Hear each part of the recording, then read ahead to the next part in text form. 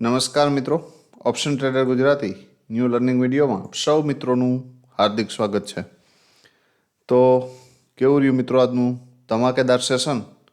મોર્નિંગમાં જ સરસ મજાની એક મૂવમેન્ટ આપણા પ્રેડિક્શન મુજબ મળી ગઈ અને મારા મત મુજબ 2x ફંડની મૂવમેન્ટ મળી જાય ને તો પછી માર્કેટને અલવિદા કરી દેવાય. બરાબર, એક સરસ મજાની જેકપોટ મૂવમેન્ટ આપણા વ્યૂ મુજબ એમ કે ભાઈ ઇન્ડેક્સ થોડુંક ડીપ મળે, બરાબર, તો આ લેવલ સુધી કન્ફર્મ આવી શકે. અને આના ઉપર મેં કન્ડિશન તમને આપી હતી 26,066ની ઉપર કે અહીંયાથી એ ભાઈ ઉપર જાય તો 141 સુધી જવા દેજો અને ફરી અહીંયા ડીપ આવે અને અહીંયા સપોર્ટ લેતું દેખાય ને તો અહીંયાથી આપણે આ મૂવમેન્ટ માટે જાશું. બાકી જો આપણે એને અહીંયા ડીપથી પકડીએ ને તો અહીંયા આને છોડી દેશું ભાઈ, કેમ કે અહીંયા પહોંચતા પણ 100 પોઈન્ટ આપણે પરફેક્ટ મળતા હતા. બરાબર, તો આ મૂવમેન્ટ ઓછી કહેવાય નહીં. આ એરિયામાં મેં કીધું હતું કે ભાઈ એક રિજેક્શન કેન્ડલ જોવા મળે તો પછી અહીંથી શોર્ટ કરી શકાય. બરાબર, અને સેન્સેક્સમાં શોર્ટનું પ્રીમિયમનું લેવલ પણ આપ્યું હતું. જોઈ લઈએ નિફ્ટીની અંદર શું થયું છે. સૌથી પહેલાં નિફ્ટી જોઈ લઈએ આપણે. નિફ્ટીનું લેવલ આપણે પ્રીમિયમ હતું 26,100નો કોલ, એક્ઝેક્ટ 62ના લેવલેથી જોઈ લ્યો. ફર્સ્ટ કેન્ડલ આવી, નીચે આવી, ક્લોઝિંગ 62ની ઉપર આવ્યું અને નેક્સ્ટ કેન્ડલ ત્યાંથી બાઉન્સ. બરાબર, હવે ઘણા મિત્રોને પ્રશ્ન થતો હશે કે 15 મિનિટ ક્લોઝ થઈને ત્યાં અહીંયા પહોંચી ગયું હતું, તો એ પછી પણ આ લેવલ ઉપર એક હેમર આપી છે ભાઈ, અને તમને હેમરના લોની નિયર બાયથી પણ લેવા આપ્યું છે 80થી લગભગ 130, તો અહીંયા પણ 50 પોઈન્ટ હતા. ક્લીન વસ્તુ કીધી હતી કે ભાઈ આ અહીંયાથી પણ બાય બની શકે, અહીંયા ડીપ આવે તો પણ બની શકે. અહીંથી ક્લીન હતું, જે ડીપ આવવાનું હતું એ આવી ગયું હતું, આ ફરી બાઉન્સ થઈ ગયું હતું. બરાબર, તો તમે જ્યાં પકડી શકો અહીંયા તમારો રિસ્ક રિવોર્ડ મેન્ટેન થાય. ધારી લ્યો કે આ હેમર છે તો સ્ટ્રોંગ કેન્ડલ છે, બરાબર, અને એની નિયર બાય કોઈ કેન્ડલ આવે છે તો ત્યાંથી એન્ટ્રી કરી શકાય. આ હેમરનો લો છે, આપણો એસએલ છે. અહીંયા આપણો એસએલ શોર્ટ થઈ જાય છે કેમ કે લેવલની ઉપર ક્લોઝિંગ છે. બરાબર, તો એક સરસ મજાની એક જેકપોટ મૂવમેન્ટ અહીંયા મળી. ફરી પાછું એ જ લેવલ ઉપર આવીને આ હેમર, રેડ હેમર, મેં ઘણી વખત તમને સમજાવ્યું કે બોટમ એરિયા ઉપર જો આ રેડ હેમર બને તો આમાં એક એટેમ્પ મારવો જોઈએ ભાઈ. બરાબર, કેમ કે આટલું સ્ટ્રોંગ પ્રીમિયમ T2 હોય ને પછી અહીંયા આ રીતની કેન્ડલ બને ને, અને એ પણ પાછી ક્યાં તો કે લેવલ ઉપર, તો સરસ મજાની એક મૂવમેન્ટની અપેક્ષા રાખીશ. અને લગભગ 62થી આ પ્રીમિયમ 100ની નિયર બાય સુધી ગયું. આજે 12:15 થઈ ગયા છે. પર્સનલ રીઝનને કારણે વિડીયો ઘણો લેટ થઈ ગયો છે, એટલે વધારે ચર્ચા નહીં કરીએ. એક મૂવમેન્ટ આ હતી અને બીજી આ હતી. એનાથી વિશેષ કંઈ કોલના પ્રીમિયમમાં બીજી કોઈ મૂવમેન્ટ કેપ્ચર થાય એવું લાગતું નથી. જોઈ લઈએ પુટનું કે ભાઈ એમાં શું થયું છે. પુટના પ્રીમિયમની અંદર એક સરસ મજાનો બેઝ ક્રિએટ થયો હતો આ એરિયામાં 48ની આજુબાજુ, અને 48ની ઉપર પ્રીમિયમ નીકળ્યું. પછી લગભગ આ 1 વખત, 2 વખત અને 3 વખત તમને મોકો આપ્યો છે, અને અહીંયા પણ 20-25 પોઈન્ટ પુટમાં મળ્યા છે. ક્લીન શબ્દોમાં કીધું હતું કે જ્યાં સુધી 87ની ઉપર એક 15 મિનિટની કેન્ડલનું ક્લોઝિંગ ના આવે, આ ટ્રેન્ડ લાઇનને બ્રેક કરીને કેન્ડલનું ક્લોઝિંગ ના આવે ત્યાં સુધી આપણે આના વિશે નહીં વિચારીએ. બરાબર, સિવાય કે આ ડીપ, તો આપણે નિફ્ટીની અંદર આ પ્રીમિયમને એવોઇડ કરવું જોઈએ. સેન્સેક્સની અંદર શું થયું છે? સેન્સેક્સની અંદર પણ સેમ વસ્તુ થઈ છે. આપણું જે લેવલ હતું એ લેવલની ઉપર નીકળ્યું, ફરી પાછું અહીંયા તારી લ્યો. હું માની લઉં છું કે આ કેન્ડલ ઉપર તમે એન્ટ્રી નથી કરી શક્યા, તો અહીંયાથી આ પિન બાર બની છે, ફરી ઉપર ગયું, ફરી એનું રિટેસ્ટ આવ્યું તો એક એટેમ્પ મારી શકાય, કેમ કે આપણે ક્લીન વસ્તુની ખબર હતી કે જો આ 128ને બ્રેક કરી દે તો 189 290 આવી શકે. આવા મારા ક્લીન ભાષામાં શબ્દો હતા ગઈકાલના વિડીયોમાં, કે જો તમને આ ડીપથી મળી જાય તો ઓપોર્ચ્યુનિટી 128ને બ્રેક કરી દે તો ઉપર આ 2 ટાર્ગેટ માટે જઈ શકાય, અને 2 ટાર્ગેટ પરફેક્ટ મળ્યા છે. બરાબર, સેકન્ડ પોસિબિલિટી આની અંદર જો મિત્રોને બેઝ ક્રિએટ થયો છે ખ્યાલ પડે તો 17ની આજુબાજુ આ પ્રીમિયમનો બેઝ ક્રિએટ થયો તો નવો, બરાબર. અને ફરી પાછું જ્યારે આ રેન્જને બ્રેકડાઉન કર્યું અને ફરી આની ઉપર નીકળ્યું તો એક ઓપોર્ચ્યુનિટી અહીંયા પણ હતી, બરાબર. તો સારી ઓપોર્ચ્યુનિટી આજે હતી માર્કેટની અંદર. સેન્સેક્સનું પુટનું પ્રીમિયમ જોઈ લઈએ, જેની આપણે ચર્ચા કરી હતી કાલે.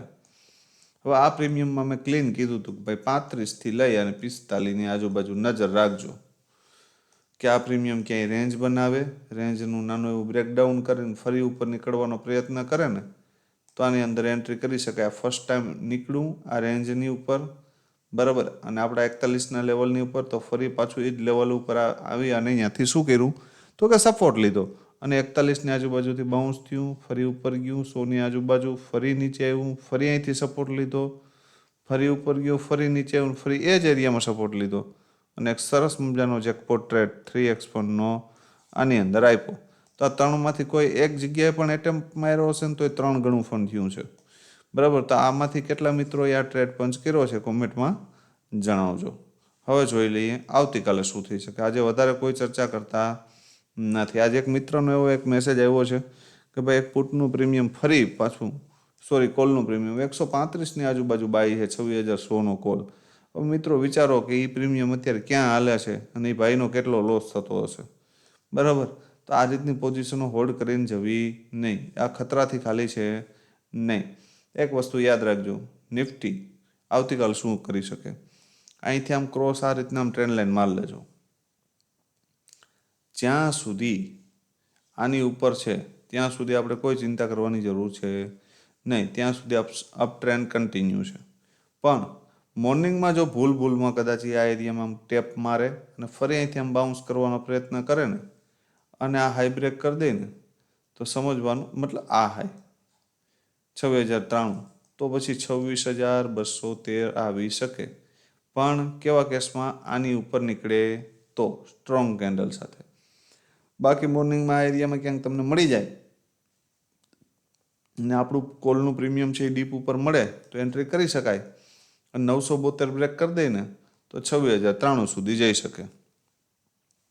અથવા તો બીજી કન્ડિશન કે આ એરિયામાંથી રિજેક્શન લઈ, સેકન્ડ કન્ડિશન કે આ એરિયામાંથી જ કોઈ એક નેગેટિવ કેન્ડલ આપે સ્ટ્રોંગ અને ફરી એનું રિટેસ્ટ આવે તો અહીંયાથી શોર્ટ કરી શકાય અને આ લેવલ બ્રેક કરી દે ને તો અહીંયા સુધી જઈ શકે 25,876, અને જો આને તોડી નાખે ને તો પછી 738 સુધી બલિદાન દઈ શકાય. આ બે જ કન્ડિશન થઈ શકે કે અહીંથી એક નાની એવી ડીપ મારે અને અહીંયાથી બાય ઓન ડીપ થાય, અથવા તો અહીંયાથી સેલિંગ આવે, ફરી ઉપર રિટેસ્ટ મારે અને અહીંથી સેલ ઓન રાઇઝ થાય. આ બે કન્ડિશનમાં માર્કેટ કાલ મૂવ થઈ શકે, બરાબર. આનાથી વિશેષ બીજું કંઈ છે નહીં. સ્ક્રીનશોટ માર લેજો. 26,100નો કોલ શું થઈ શકે ભાઈ આમાં? 26,100નો સી. હવે ભાઈ 137 એટલે મારા મત મુજબ આ ટોપ ઉપર લીધું છે અને એ પ્રીમિયમ હજી હોલ્ડ કર્યું છે, કેમ કે 87 અને એની લો તો માર્યો છે 58, બરાબર. તો 50% કરતાં પણ વધારે કેપિટલ વાઇપ આઉટ થઈ ગયું છે ભાઈ, બરાબર. હવે આવતીકાલે આ પ્રીમિયમ જેમ કાલે મારા શબ્દો હતા એમ આજે પણ છે કે આ પ્રીમિયમ હાઈવે ઉપર છે, બરાબર. મોર્નિંગમાં તમને 58ની આજુબાજુ સપોર્ટ લેતું દેખાય તો પણ એન્ટ્રી કરી શકાય અને આ લેવલ ઉપર માર્કેટ ગેપ અપ ઓપન થાય અને આ લેવલ ઉપર રિટેસ્ટ મારે 87 તો પણ આની અંદર એન્ટ્રી કરી શકાય. Target 1 and only 149. આની ઉપર હું વધારે વિચારતો નથી, બરાબર. આ મગજમાં ક્લિયર રાખજો. પણ ટોપ ઉપર આ જગ્યાએ ટૂંકમાં ઓપન થઈ જાય અને ક્લોઝ કરે પહેલી કેન્ડલ તો પછી અહીંયાથી ડાયરેક્ટ ઘૂસતા નહીં, બરાબર. તો એને એક વખત ડીપ આવવા દેજો. બાકી આ એરિયામાં ડાયરેક્ટ સીધું ઘૂસવું એ ખતરાથી ખાલી છે નહીં. આ મગજમાં ક્લિયર રાખવું.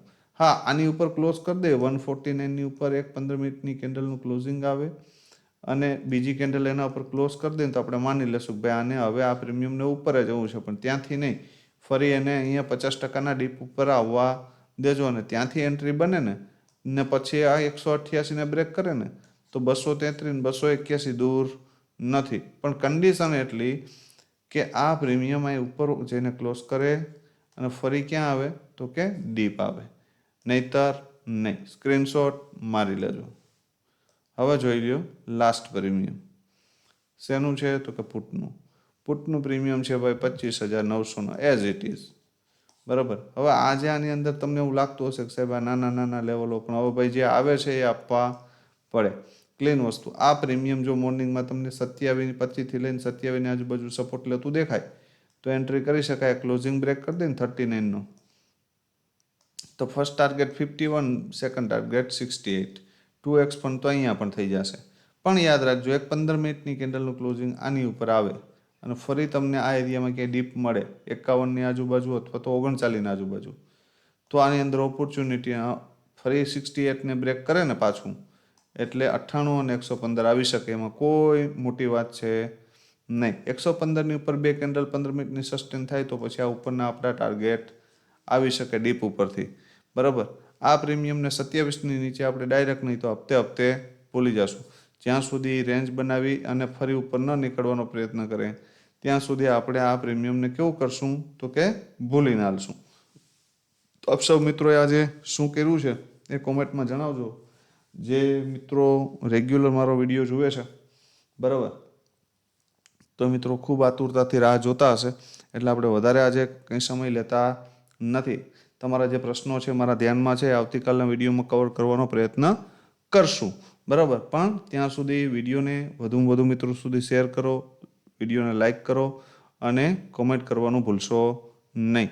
આવતીકાલે ફરી મળીશું નવા વિડીયોમાં. ત્યાં સુધી જય માતાજી, હર હર મહાદેવ.